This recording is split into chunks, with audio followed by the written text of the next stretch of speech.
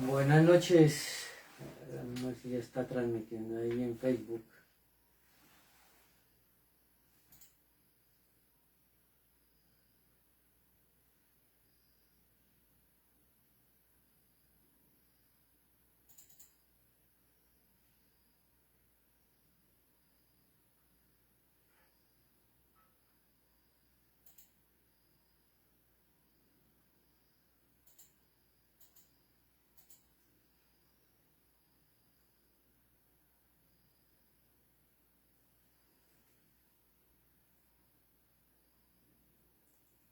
Y en Facebook tenemos...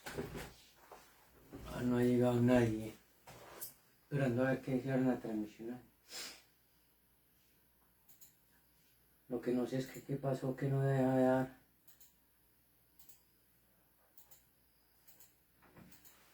La conexión en vivo aquí no me dejó.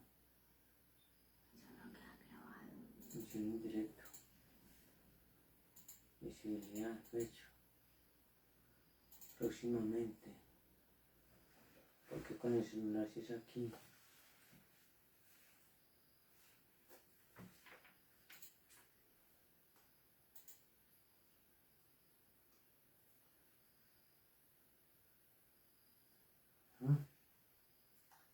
Ay, Dios mío.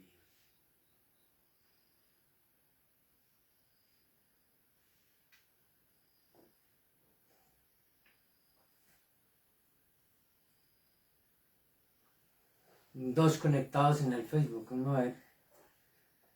Hoy en la noche de hoy vamos a dar las preguntas sobre el buen católico debe hacer para cuestiones de la palabra de Dios, o sea, sobre la Biblia. Estoy haciendo unas conexiones aquí con YouTube. Estamos también conectados en TikTok. Y estoy creando en YouTube. Sino que no sé qué sucedió.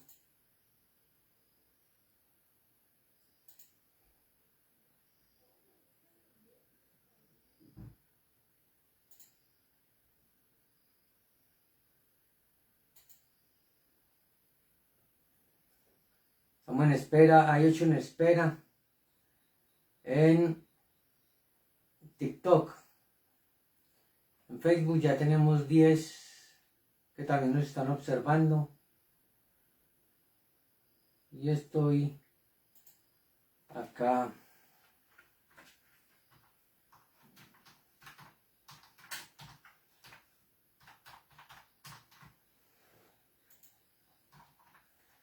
Toca que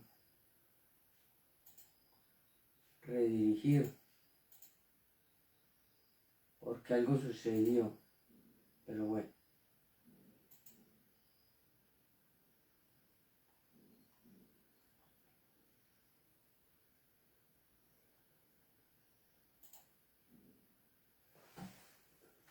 Emitir en directo.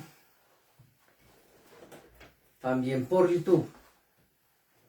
Estamos en vivo. Espero que el día de hoy este gran aprendizaje les quede a todos nuestros hermanos católicos, ya que hay una necesidad dentro de la iglesia de aprender cada día más.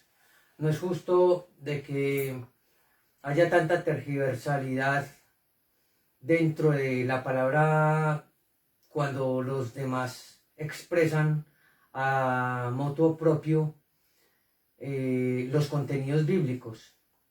Nosotros tenemos que tener un solo pensar, un mismo actuar, un mismo corazón, un mismo sentimiento, un mismo espíritu, que es con el que Dios nos habla a través de los profetas, a través de los discípulos, a través de los obispos, los diáconos, los presbíteros, los arzobispos, los cardenales, el Santo Papa.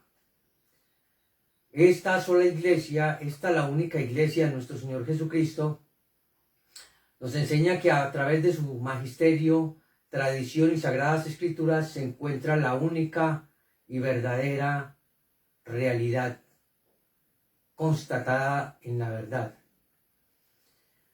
Nosotros no tenemos por qué creer ni estar seducidos, ni tampoco ser transgredidos por vientos de doctrinas de los llamados o mal llamados pastores evangélicos. Nosotros tenemos que tener la firmeza y la certeza de que esta, la iglesia de nuestro Señor Jesucristo, es la única y fundada por Él, donde en Mateo 16-18, que en su contenido claro lo dice, sobre esta piedra la edificaré mi iglesia, sobre esta piedra edificaré mi iglesia. En ningún otro lado, ni Dios ni Jesús instala una iglesia, sino allí. Edifica. En ese solo versículo. No hay otra. Ni nunca Jesús dijo que iba a instalar a los testigos de Jehová. Ni le dijo a nadie, venga acá Charles Russell, sobre ti voy a edificar mi iglesia. Ni tampoco le dijo a los mormones de Joseph Smith, venga sobre ustedes, les voy a edificar mi iglesia. Sobre los de la Jesucristo Internacional, la que hay que fundaron los ya conocidos, que es una iglesia de Jesucristo Internacional que está en todo el mundo, ni tampoco sobre la luz del mundo, ni tampoco sobre los mormones, sobre los luteranos, los calvinistas, ni los de Zwinglio, ni tampoco lo creó sobre los metodistas, ni sobre los anglicanos, ni sobre ninguno. Jesús dijo claramente sobre ti, sobre Pedro, edificaré mi iglesia. Ese es el fundamento de la verdad sobre la iglesia. Allí está en las Sagradas Escrituras, donde verdaderamente escribe los apóstoles para dejar esta sabiduría. Eso está en Mateo 16-18. Entonces, si conocemos unas realidades y unas verdades en la iglesia, ¿por qué no seguir acompañando esta iglesia que nos deja la sabiduría? La sabiduría misma tenemos que darle la continuidad del Espíritu Santo en esta iglesia.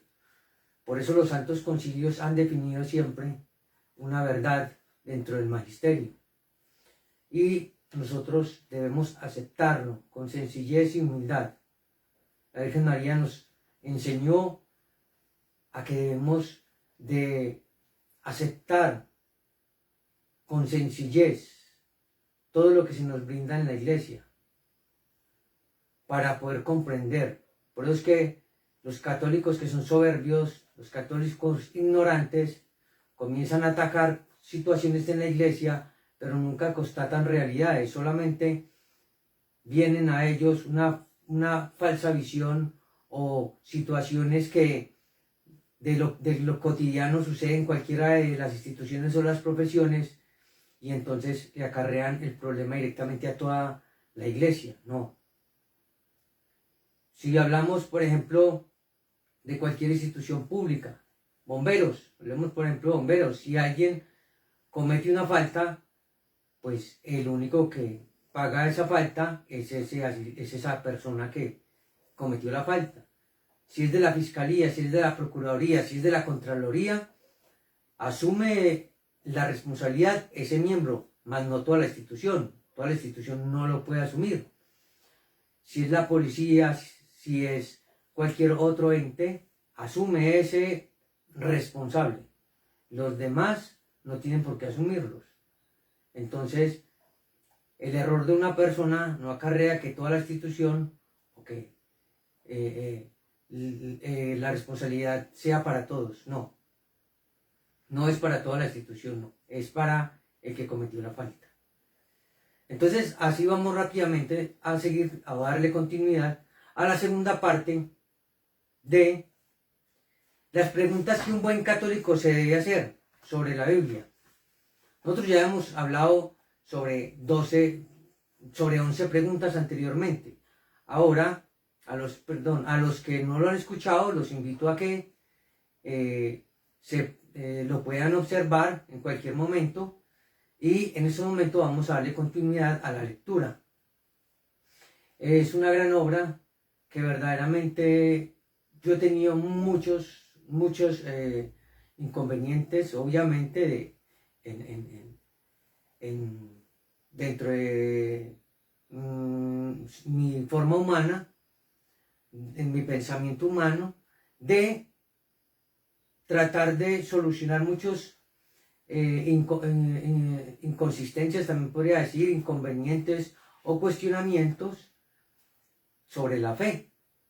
¿Por qué? Porque somos humanos y pues dice mucha gente que uno no lo cree todo, pero cuando yo lo encuentro, ya le enseño. Todo aquello que yo enseño en el canal es porque gracias al Señor he sido instruido. Y ahí está, contemplado. Cuando se habla de concilios, cuando se habla de teología fundamental, de teología dogmática, de teología espiritual,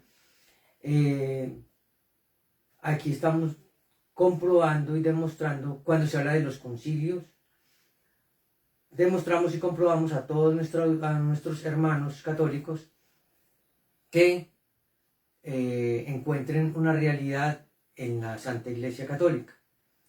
Estamos conectados por Facebook, entonces por aquí veo a Alejandro, veo a Pablo, veo a Julián, veo muchos hermanos que están conectados en estos momentos. Un gran saludo para toda la audiencia en Facebook, también por YouTube y por Instagram y TikTok. Es la claridad para que muchos nos llenemos de sabiduría y podamos conocer lo que el magisterio nos enseña. Entonces, pregunta número 12. ¿Cuál fue el pecado de Adán y Eva? Mucha gente dice que el pecado de Adán y Eva fue un pecado de tipo sexual.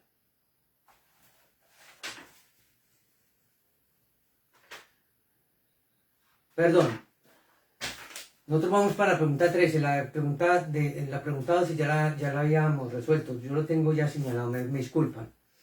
Ahora, pregunta número 13. ¿Dónde estaba el paraíso? ¿Dónde estaba el paraíso? Cuestión. Me pueden decir por las redes sociales, ahí me pueden escribir. ¿Dónde estaba el paraíso? Respuesta. El paraíso bíblico como lugar geográfico, jardín de flores, con mucha agua, plantas frutales y suave brisa, no existió jamás. Y no existe. El paraíso descrito en la Biblia no es un lugar, sino un estado de justicia, paz, fraternidad, felicidad, en el cual el hombre debería vivir.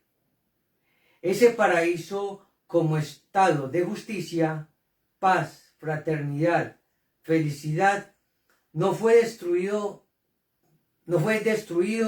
pues el proyecto de Dios para el hombre. La narración sobre el paraíso en la Biblia es apenas una manera de escribir, es una descripción del estado de felicidad según lo describe el modelo oriental. Para el autor bíblico, la descripción tiene como finalidad mostrar el contraste de la realidad en la que él vive.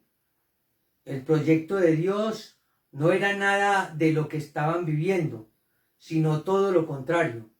De ahí la intención del autor de mostrar con su escrito que todo hombre debe luchar por reconstruir el paraíso querido por Dios.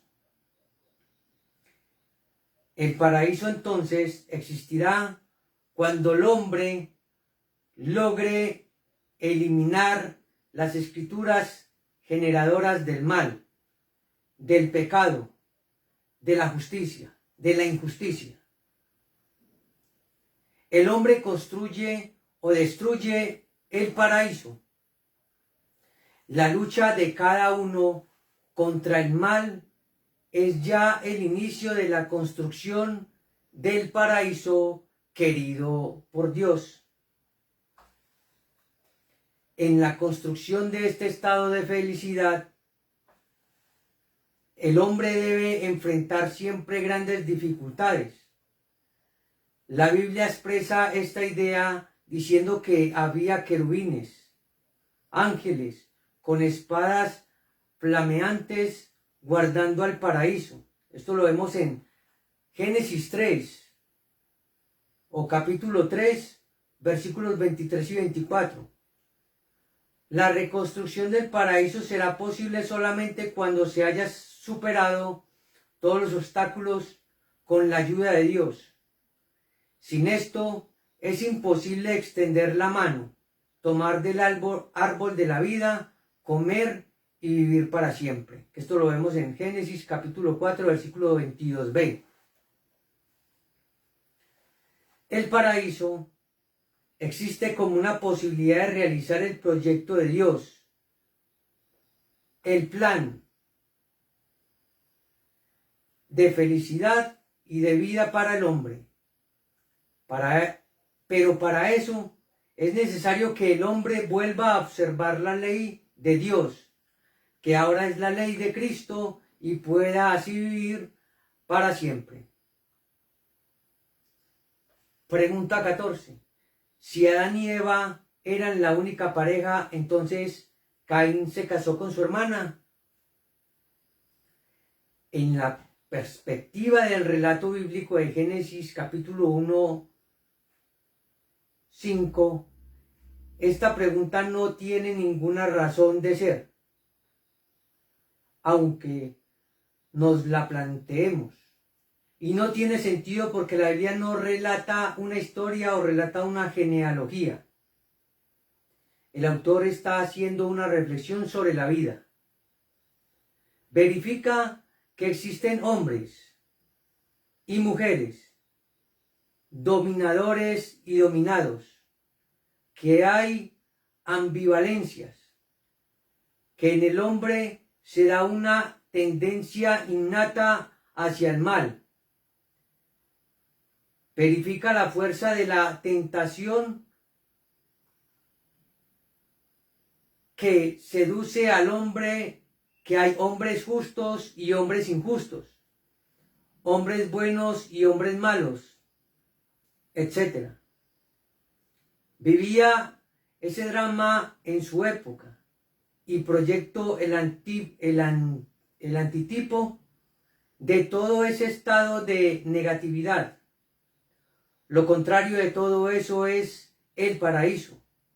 En ese contexto entran Caín y Abel. Entran como prototipos del mal y del bien respectivamente. Solo eso. Para el autor no era importante saber si Caín se casó o no. Y si se hubiera casado, no le interesa saber con quién. Aunque el texto relate su matrimonio, vemos Génesis capítulo 4, versículo 17. Los preocupados por identificar su mujer somos nosotros. La Biblia, sin embargo, tiene apenas la intención de decir que desde el comienzo existe la maldad y la personifica aquí en un hombre. Es Caín. Así como existe la maldad hoy y está personificada en todo hombre malo, o sea, otro Caín. No puede decirse que Caín se haya casado con su hermana porque el texto no permite esta interpretación. Tampoco puede decirse que se casó con una mujer de otra familia, ya que meteríamos en problemas del poligenismo en el texto monogenista del autor bíblico. Es decir, afirmaríamos que existían varias parejas al comienzo de la humanidad, que es poligenismo, cuando la Biblia dice que existía una sola pareja, monogenismo. Algunos autores, sin embargo, resuelven el problema simplemente diciendo que en efecto Caín se casó con una de sus hermanas o con una de sus sobrinas, pues el texto dice que Adán y Eva tuvieron muchos hijos e hijas. Esto lo vemos en Génesis 5:4. Otros autores aceptan la hipótesis del poligenismo, la existencia de varias parejas en el comienzo de la humanidad. Aunque el poligenismo fuese real, el texto bíblico no se ocupa en modo alguno de eso. No está interesado en identificar quién se casó con quién. Desea reflexionar sobre la existencia del mal en el mundo e identificar sus concretos representantes.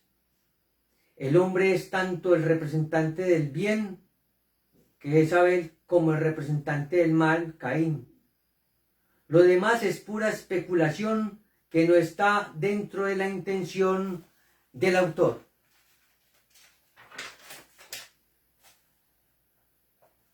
¿Qué significan las palabras de Dios a Caín?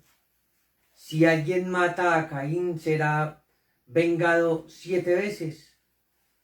¿Qué significa la señal que Dios le puso a Caín? El texto bíblico dice: dijo Caín a Yahvé, muy grande es mi delito. He aquí que hoy me arrojas de la superficie de este suelo, y habré de esconderme de tu presencia. Andaré errante y vagabundo por la tierra, y sucederá que cualquiera que me encuentre me asesinará. Y Yahvé le dijo: por eso quien quiera que mate a Caín sufrirá venganza 7 veces. Entonces Yahvé le puso señal a Caín para que no lo matara el primero que lo encontrara. Esto lo vemos en Génesis capítulo 4, versículos 13 al 15. Este relato, como otros ya comentados, no puede tomarse al pie de la letra, como si fuera una narración histórica en el sentido moderno del término, es decir, como algo documentado, como un hecho verificante comprobado. Es histórico en el sentido de que trata de un drama humano real, que es el crimen, la venganza, el castigo. El texto bíblico es una narración popular, etiológico-teológica, sobre la presencia del mal social en el mundo. El mal no se da solamente a nivel personal, sino también a nivel de la convivencia social. Si los hombres son hijos de Dios, hermanos entre sí, ¿cómo explicar el crimen y la venganza? La Biblia relata cómo comenzó la violencia en el mundo. Procura mostrar la causa de la violencia. Este tipo de narración es llamado etiológico. Mostrar la causa. E inmediatamente la Biblia condena la violencia. Dios no quiere la violencia, ya que está fuera de su proyecto. Es la conclusión teológica de la narración. Estas reflexiones nacidas de la investigación del autor, de su fe y de su experiencia, fueron agrupadas en una historia especial como intento de explicación del origen y desarrollo del mal en la vida social, como también del origen de la violencia y de la venganza en el mundo. Además de esto, como telón de fondo, el autor quiso dar otra explicación histórica, a sus lectores mostrar por qué la tribu de los quenitas o cainitas descendientes de Caín, eran tribu nómada y feroz. Y entonces dice, la tribu de los kenitas o cainitas vive errante porque tuvo como fundador a un fratricida, nació del crimen entre hermanos. Caín, el fundador de la tribu, mató a su propio hermano Abel, por eso vivió errante. La Biblia recuerda ese aspecto diciendo que Caín fue a morar en la tierra de Nod. Esto lo vemos en Génesis capítulo 4, versículo 16.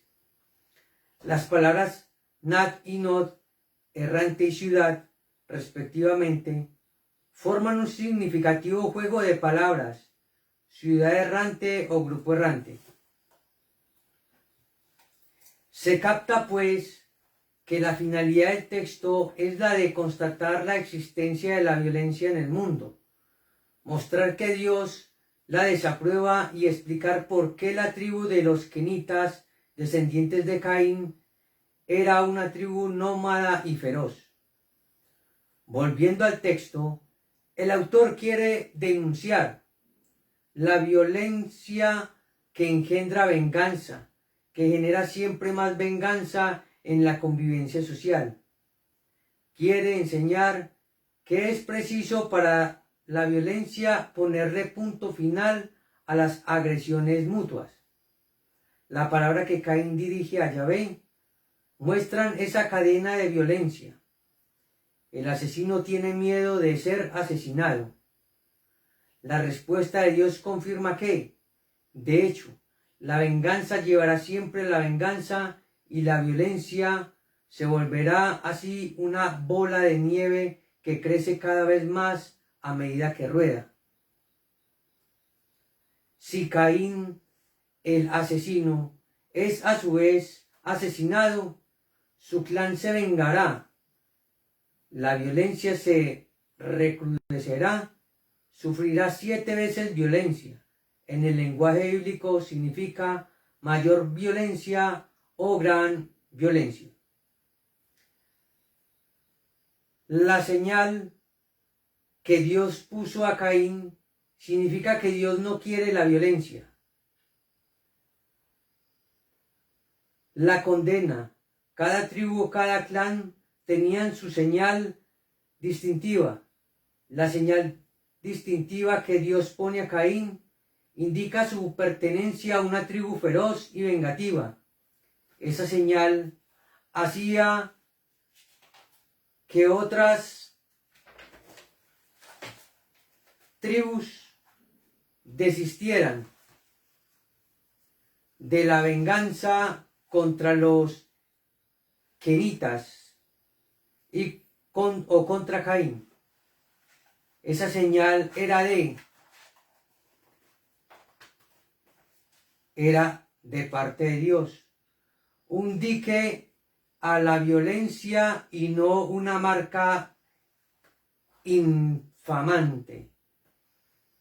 El autor dice, miren, Dios mandó parar la violencia. Dios no acepta la violencia. Es preciso ponerle fin. Este es el sentido de la señal de Caín. En el texto, pues, la Biblia denuncia la violencia en el mundo, el desproporcionado sentido de la venganza que existe en las personas. Constata que hay muchos Caínes en la sociedad. Son las personas que, tanto ayer como hoy, hacen violencia, agreden, matan al hermano. Afirma que la venganza llama venganza y que todo esto no está conforme con la voluntad de Dios. Dios exige el final de este estado de cosas y quiere que los hombres sean felices amigos, que vivan en paz y en fraternidad.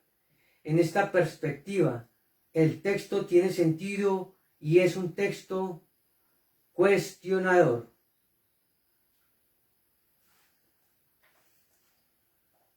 Pregunta número 16. ¿Qué fue el diluvio? ¿Sí aconteció? Vamos a ver si realmente aconteció el diluvio universal. Diluvio significa henchimiento, inundación. Según la Biblia, el diluvio aconteció, lo vemos en Génesis 6:9. Fue universal, es decir, alcanzó a todo el mundo. En el diluvio murieron todos los hombres y los animales, salvo los que estaban en el arca de Noé. La causa del diluvio fue la maldad y la depravación humana. Con el diluvio, Dios castigó y purificó a la humanidad. Pasado el diluvio, Dios pactó con Noé una nueva alianza simbolizada en el arco iris y se comprometió a no exterminar nunca más al hombre con otro diluvio. El relato del diluvio es una interpretación teológica de una catástrofe que sucedió y que fue conocida por todos los pueblos de la antigüedad. Más adelante volveremos sobre esta interpretación teológica. Ahora, históricamente todos los pueblos de la antigüedad conocieron una tradición del diluvio. Estas tradiciones existen tanto en el mundo oriental, en Palestina, Babilonia, Mesopotamia, como también en el mundo occidental, por ejemplo, en África, América. Todos estos pueblos guardan en la memoria colectiva el recuerdo de una inundación catastrófica, acontecido en tiempos inmemorables. En la tradición mesopotámica, especialmente, hay una narración sobre los héroes del diluvio. Es Utanapistim, una narración sobre los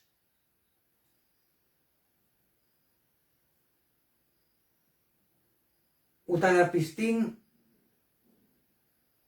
Entre esta narración y la bíblica hay muchas semejanzas literarias y de contenido. En esa narración, el diluvio es descrito como universal, en sentido antropológico, es decir, alcanzó a todo el género humano. De esta destrucción se salvaron los hombres y los animales que estaban en una barca. La lluvia cesó después de 7 días y la barca quedó en una montaña también.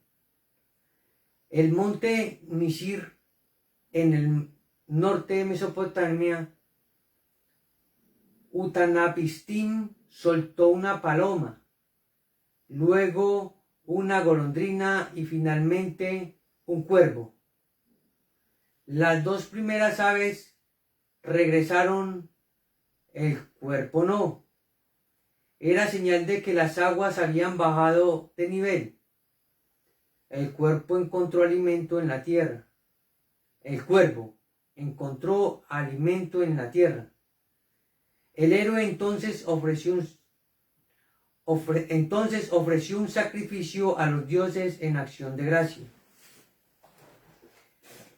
En todas las tradiciones orientales, el diluvio no es descrito solamente como fenómeno natural, sino como un castigo de los dioses. Según esas tradiciones, el hombre desciende de los sobrevivientes que estaban dentro de la barca. La inundación aconteció a causa de muchísimas lluvias, de un maremoto, y en todas ellas se da la presencia de los pájaros que anuncian el fin del diluvio. Frente a ellas, la narración bíblica parece no ser algo nuevo. Los puntos de contacto entre una y otra son evidentes. Queda como algo claro que el diluvio fue una inundación inmensa que aconteció de veras. ¿Qué diferencia hay entre el relato mesopotámico y el relato bíblico? La originalidad de la narración bíblica está en la interpretación que hace de dicho acontecimiento. Es la llamada interpretación teológica de un acontecimiento.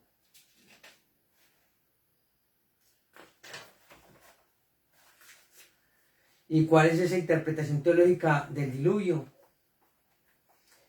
El autor bíblico afirma que el diluvio aconteció a causa de la depravación humana y no por causa de las desavenencias entre los dioses, como dice el relato mesopotámico. El diluvio, dice la Biblia, fue un castigo infligido por Dios, el Dios único y verdadero, el Dios de Israel y no por los dioses.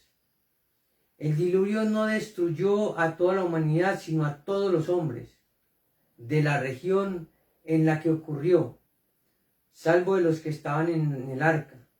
La humanidad tuvo un nuevo comienzo con Noé y sus hijos, es decir, los hombres, aunque sean diferentes, descienden de una misma pareja.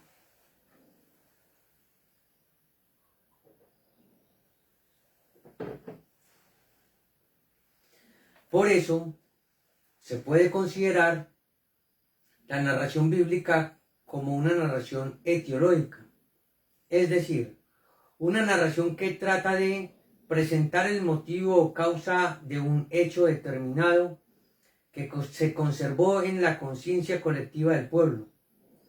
No fue una inundación universal en el sentido de que afectó al mundo entero, como lo sugiere la Biblia. Eso sería geológicamente imposible, sino universal en el sentido del mundo conocido. La narración etiológica teológica de la Biblia sobre el diluvio enfatiza algunas ideas religiosas centrales y profundamente diferentes de la narración mesopotámica. El diluvio fue un castigo enviado por el Dios vivo y verdadero. Fue enviado a causa del pecado de los hombres. La humanidad procede de una sola pareja, no obstante las diferencias raciales. Puede decirse que el núcleo histórico de la tradición sobre el diluvio constituyó el patrimonio cultural común de dos pueblos, el israelita y el mesopotámico. Es una tradición cultural semítica. Con el correr de los siglos, la tradición común fue enriquecida con las concepciones religiosas de cada pueblo.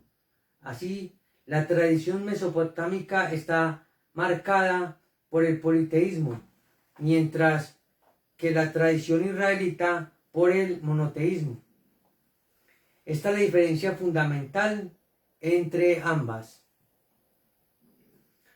Tanto la paleontología como la etnografía demuestran científicamente la existencia de inundaciones inmensas ocurridas entre los años 3700 al 2800 a.C. en Mesopotamia. El diluvio fue pues una inundación inmensa ocurrida en un determinante periodo inmemorial de la historia y que fue recordado por todos los pueblos en sus tradiciones religiosas. La Biblia también la recuerda, purificándola teológicamente. La narración bíblica, por lo tanto, no puede ser tomada al pie de la letra, pues de ese modo se haría inexplicable, incomprensible. Por ejemplo, en el arca de Noé no cabrían ejemplares de todos los animales. El agua que según la misma Biblia cayó sobre la tierra, las aguas se elevaron 15 codos por encima de las montañas, 7 metros por encima de las montañas más altas. Habría desviado el eje de la misma tierra, etc. Conviene recordar aquí que el diluvio es visto por el autor dentro de un esquema teológico, de la misma manera que el relato del pecado de toda humanidad, el que relató antes el pecado del hombre, Adán y Eva en Génesis 3, y el pecado del hermano contra el hermano Caín y Abel, Génesis 4. Narra ahora aquí el pecado de todos los hombres. Él dice que el pecado personal, social o colectivo trae siempre serias consecuencias para el hombre y para la comunidad. Siempre es un rompimiento de la alianza con Dios. Para finalizar, podemos decir que el diluvio sí existió. Fue una inundación sucedida en la antigüedad. La Biblia, sin embargo, vio ese fenómeno como un castigo de Dios para una humanidad depravada y también la ocasión para reafirmar la alianza que el hombre debe mantener siempre con Dios. Según la perspectiva bíblica, la narración del diluvio puede leerse también con un relato que quiere mostrar el poder de Dios en la historia y sobre la creación. Es el Señor, el Creador, que inclusive puede destruir la creación. También es el que la conserva y la sustenta, que esto lo vemos en Génesis, capítulo 8, versículo 22, y capítulo 9, versículo 1, sigue. Existió la Torre de Babel, otro más. Bueno, invitemos por aquí a los amigos. Me disculpa, hagan un paréntesis, vamos saludando aquí los que están. Andrés, por aquí está Melissa, por aquí está Rosy, está Anderson, Amadón, Gina, bienvenidos, Esponjita, Mercy, todos los que están en vivo.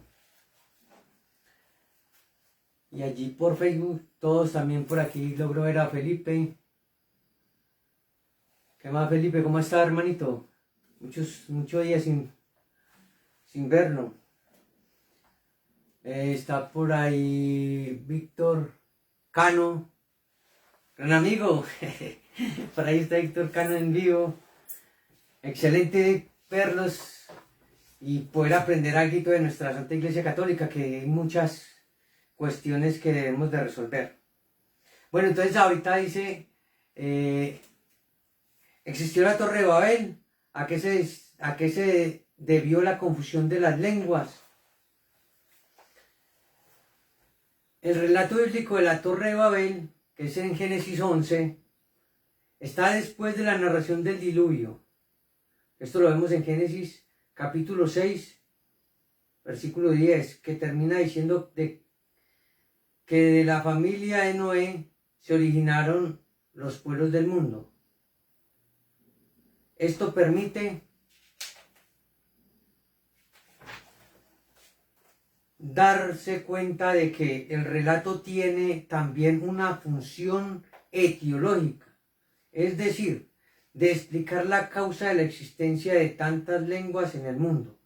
Para esto el autor se valió de relatos ya existentes en su tiempo, las leyendas y también de su visión religiosa teológica, monoteísta. Hizo de su relato un arma apologética, combatir el orgullo y el politeísmo de los babilonios. En efecto, en Babilonia existían torres muy altas, de gran diámetro, llamadas zigurats. Hoy quedan apenas sus ruinas. Los estudiosos afirman que estas zigurats eran igualmente una expresión de la religiosidad popular, ya que según la concepción babilónica los dioses habitaban en las alturas, de tal manera que esas altísimas torres servían de una morada a los dioses.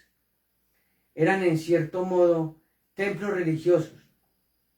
Los babilonios se enorgullecían de estas torres y según la leyenda querían llegar al cielo por medio de ellas. Los dioses los castigaron a causa de esta orgullosa pretensión. El autor bíblico relee dicha historia dentro de su teología monoteísta. La dispersión de los pueblos y la división de las lenguas son un mal y provienen de la soberbia de los hombres. El ideal deseado en la unión de todos los hombres, la dispersión es un castigo de Dios. Perdón, un segundo.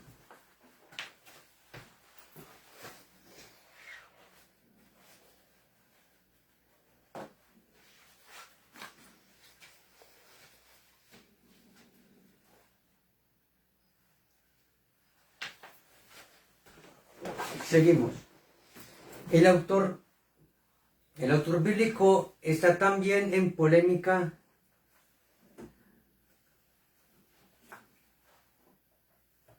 con el orgullo de los babilonios, que daban a sus torres el nombre de Bab-Ilú, es decir, puerta de Dios. El autor quiere decir que estas torres no son puertas de Dios, que entre paréntesis Bab-Ilú, sino Babel, es decir, confusión según la etimología popular. Así explica la Biblia la existencia de tantas lenguas en el mundo. El hombre perdió su unidad a causa del orgullo.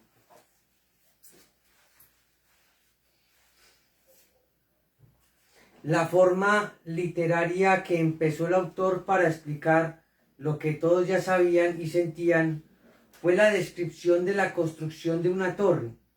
Explicó el porqué a su modo, a la manera de las leyendas de nuestros indígenas sobre el origen de la luna, de la noche, del río Amazonas, etc. Porque actualmente el hombre no puede tener varias mujeres si la Biblia lo permitía antiguamente. Pregunta número 18. ¿Por qué actualmente el hombre no puede tener varias mujeres si la Biblia lo permitía antiguamente? En efecto, la Biblia habla de la poligamia, tener varias mujeres, como una costumbre de muchos personajes bíblicos. La poliandría, tener varios hombres, no existe en la Biblia. En la época patriarcal, Abraham, Nahor, Elifaz, Jacob, tuvieron varias mujeres, cada uno. Esto lo vemos en Génesis capítulo 16, versículos 1 al 2 y el 22. Génesis 22, versículos 20 al 24, Génesis 29, del 13 al 30, etc. Esaú tuvo 3 mujeres. Esto lo vemos en Génesis 26, versículo 34. Génesis 28, versículo 9. Génesis 36, del 1 al 5. Más adelante, en la época de los jueces y de los reyes, hubo casos de poligamia ilimitado. Por ejemplo, Gedeón, David y el famoso caso de Salomón, que tuvo 700 esposas y 300 concubinas. Esto lo vemos en Primera de Reyes, capítulo 11, versículo 3. El caso de Salomón es una exageración literaria basada, eso sí, en la costumbre de la poligamia real. El motivo de la poligamia en el Antiguo Testamento cultural, es decir, hace parte de las costumbres locales de la época. Expresaba el poder económico del hombre, su capacidad de mantener una casa con tantas mujeres. Por otro lado, dentro de la concepción machista oriental, el hombre deseaba tener una familia numerosa que le aseguraba más la fuerza política, más poder, mayor prestigio. De manera general, esto era especialmente para los reyes y los príncipes. Estos querían mostrar su poder, su influencia, su fuerza, mediante el número de mujeres que tenían. Ese era su criterio hoy. Ese poder, prestigio y fuerza se miden por los dólares que se tengan en Suiza. En este cuadro de poligamia debemos ubicar a los patriarcas y a los reyes bíblicos. Ellos adoptaron esa costumbre, no pueden ser censurados y menos aún invocar su modo de actuar como justificación para la poligamia de hoy en día. Ellos vivían en un cuadro cultural muy diferente del nuestro. Debe tenerse presente que ya en la monarquía y aún desde el tiempo de los jueces, la monogamia, una sola esposa era el estado de vida más común. Se conocen pocos casos de poligamia.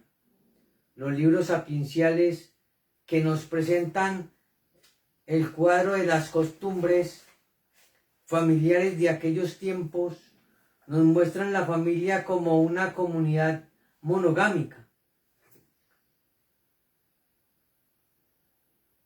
El libro de Tobías es un elocuente testimonio de monogamia. Los profetas principalmente hablan de Israel como la esposa única de Dios, único. Así que monogamia está más presente en la Biblia que la poligamia. Esto lo vemos en Oseas, capítulo 2, versículos 4 al 5, Jeremías, capítulo 2, versículo 2, Isaías, capítulo 50, versículo 1, Isaías, capítulo 54, versículos 6 al 7, etc. Jesús dice que la monogamia es el estado conyugal querido por Dios desde la creación. Esto lo vemos en Mateo 19, versículos 3 al 9. Y que toda desviación es obra de la dureza del corazón del hombre.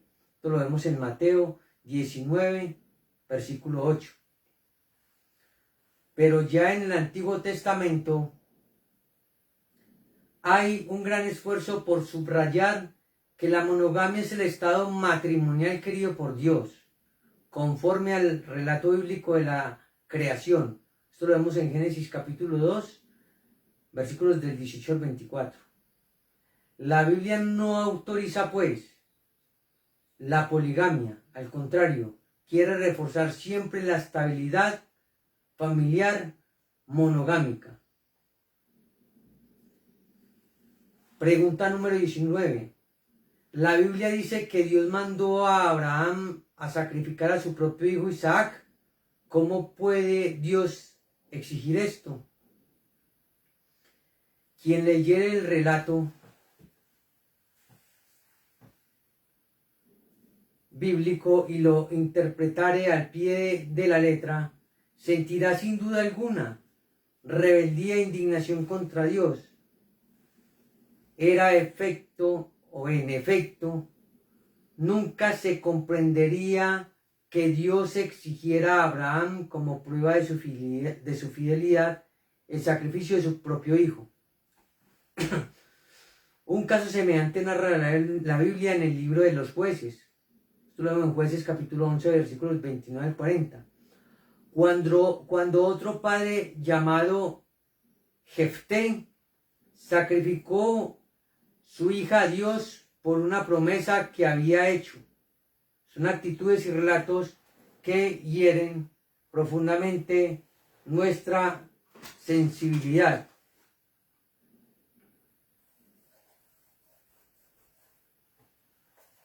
Pero los textos bíblicos no pueden leerse al pie de la letra, como se ha repetido aquí tantas veces.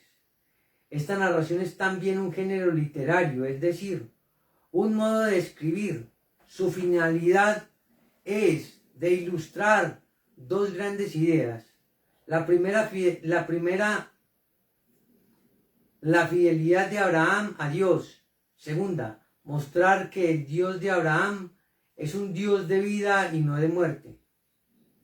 Para el autor, Abraham fue tan fiel a Dios verdadero que para cumplir su compromiso con él, estaba dispuesto hasta sacrificar a su propio hijo, como lo hacían los fieles de las religiones paganas con sus ídolos.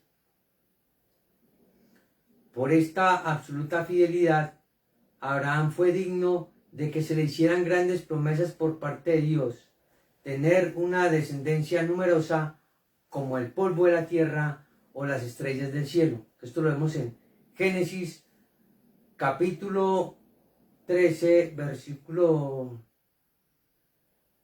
16 y Génesis capítulo 15, versículo 5.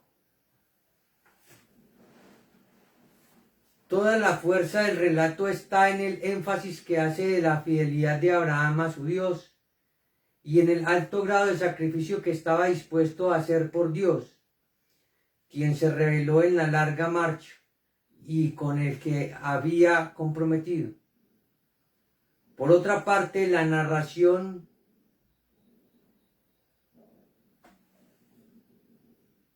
es, según la Biblia, un rechazo total a la costumbre cananea de sacrificios de los primogénitos en honor de los dioses. Esta costumbre es rechazada por Dios. Esto lo vemos en Levítico, capítulo 18, versículo 21.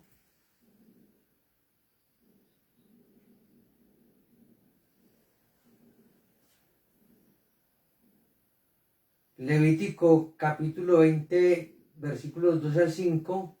Deuteronomio capítulo 12, versículo 31. Deuteronomio capítulo 18, versículo 10. Pero algunos reyes impíos habían intentado introducir dicha práctica en Israel. Esto lo vemos en Segunda de Reyes, capítulo 16, versículo 3 y versículo 21. Segunda de Reyes, capítulo 6, versículo 23 y versículo 26. Versículo 23 y el 10. Contra tal abuso protesta el autor y emplea la historia de Abraham para mostrar que el Dios de Israel es un Dios de vida y no de muerte. Inserta entonces ya en la historia de Abraham el rechazo de Dios a esa costumbre pagana.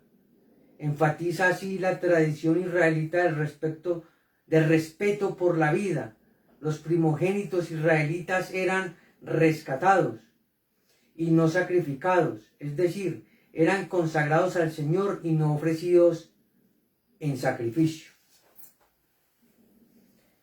Este episodio puede ser considerado como relato de fundamentación de santuario, es decir, está elaborado con la intención de mostrar a los lectores que en el monte Moria había un santuario dedicado al Dios vivo, al Dios de Israel, en el que no se ofrecían víctimas humanas, sino solo animales. Este monte Moria era el monte sobre la cual Abraham debía sacrificar a su hijo, según lo vemos en Génesis capítulo 22, versículo 2, y según la tradición de Segunda de Crónicas capítulo 3, versículo 1, fue el monte en el que